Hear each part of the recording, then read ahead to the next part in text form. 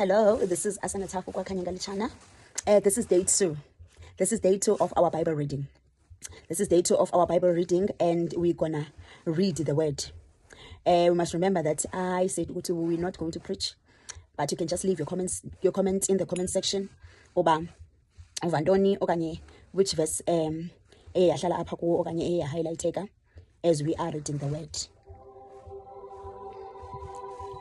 So we'll be reading Judges chapter 2, incwadi yabagwebi chapter 2.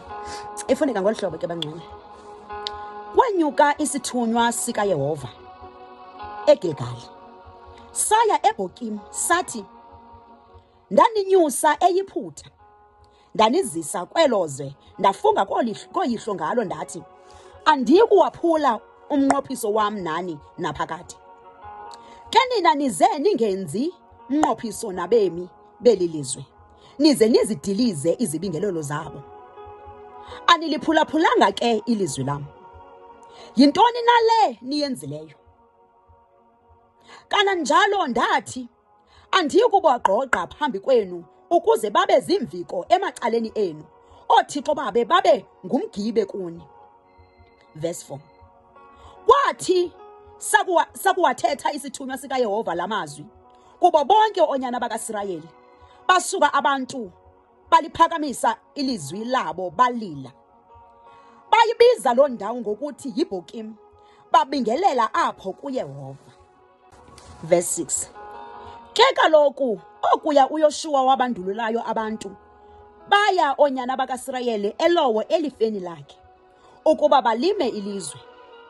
Abantu bamkhonza uYehova yonke imihla kaYoshua, nemihla yonke yamadoda amakhulu awasalelayo kuYoshua. Ebewabonile wonke umsebenzi omkhulu kaYehova ebewenzele amaSirayeli. Verse 8. Wafa ke uYoshua unyana kaNuni umkhonzi kaYehova, eneminyaka 140 ezelwe. Bamngcwabela emdeni welifa lakhe eTimnata Yerese, kwele ndaba lakwa-Efrayim, entla kwentaba yaseGehashe. Sakuba neso sizukulwana sonke sihlanganiselwe koyise, kwavela sizukulwana simbi emva kwaso, esibe singamazi uYehova kwanemisebenzi ebewenzele amaSirayeli. Verse 11. Onyana bakaIsrayeli benza ububi emehlweni kaYehova, bakhonza oBhali. Bamlahla uYehova uThixo woyise, owawakhuphayo ezweni lamayiphutha. Balandela thixo bambi koothixo bezizwe ezibajikelezileyo, babanqula, bamqumbisa uYehova. Verse 13. Bamlahla ke uYehova bakhonza uBhali noAshtoroti.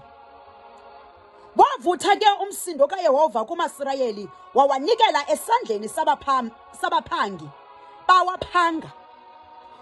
Wathengisa ngawo, wawanikela esandleni seentshaba zawo ngenxa zonke. Akabasaba nakuma phambi kweentshaba zabo. Verse 15. Athi akuphuma esiya naphi, sasuka isandla sikaYehova sawachasa ngobubi, njengoko wakuthethayo uYehova, njengoko wafungelayo abandezeleka kunene. uYehova wavelisa abagwebi, bawasindisa esandleni sabaphangi bawo. Verse 17. Akabaphulaphula nabagwebi bawo, asuka ayenyuza ngokulandela thixo bambi. Abanqula, atyeka kamsinya endleleni abebehamba ngayo oyise, yokuphulaphula imithetho kaYehova, akanjanga njalo ke wona. Naxa uYehova wawavelisela abagwebi, uYehova waba nomgwebi lowo, wawasindisa esandleni seentshaba zawo yonke imihla yomgwebi lowo, ngokuba uYehova wazohlwaya ngenxa yokuncina kwawo phambi kwabaxini bawo, ababandezeli bawo. Verse 19. Kwathi ukufa umgwebi lowo, abuya onakalisa ngaphezu koyise, elandela thixo bambi, ngokuba khonza nangokubanqula, akaziyeka iintlondi zawo nendlela yokuba likhuni kwawo. Verse 20.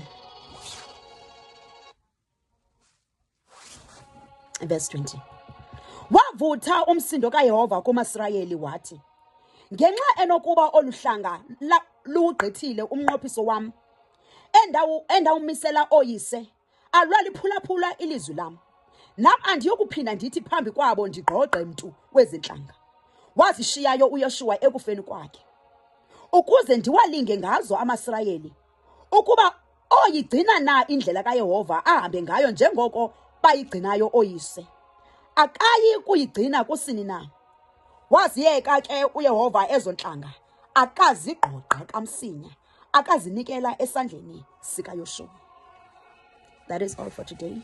I hope you enjoyed the reading. I will see you tomorrow on day number 3 when we are reading Judges chapter 3. See you tomorrow, Banwele.